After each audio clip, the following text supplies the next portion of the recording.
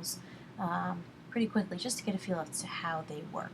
So all of your selection tools are hosted right over here on the left-hand side, right below your Move tool, and we have a series of different types of tools. So we have Marquee Tools, and we also have the Lasso tools, and we also have Quick Selection tools and the Magic Wand tools. So we're going to start with the Marquee tools, and all this means is that we're going to get a marquee. So what's a marquee? A marquee is all these little dashed lines that we call marching ants.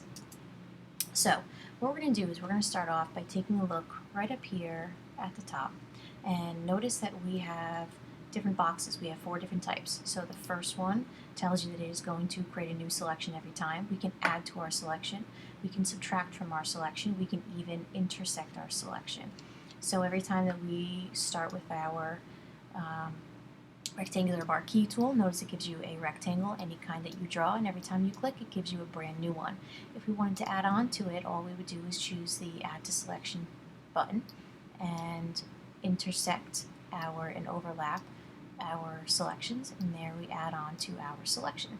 So if we wanted to subtract from that selection, all you would have to do is choose the Subtract button, or if you're on the Add to Selection button, you can press Alt on your keyboard and it will automatically switch to Subtract. You can see a little minus sign, and when we overlap, notice that a piece disappears. You can do that on the inside as well.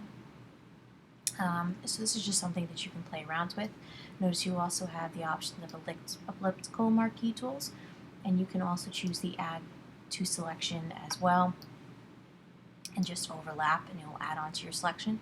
You can actually add selections outside of your selection as well to add on to them.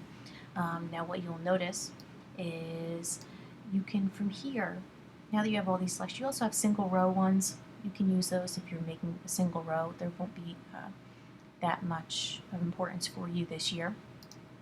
We can then take our paint bucket tool, and just to show you how this works, give a quick little color, and if you click inside of your selection, notice that it fills only the inside of your selection and excludes the outside of your selection. Now, to deselect when you are working, all you're going to do is press Command D.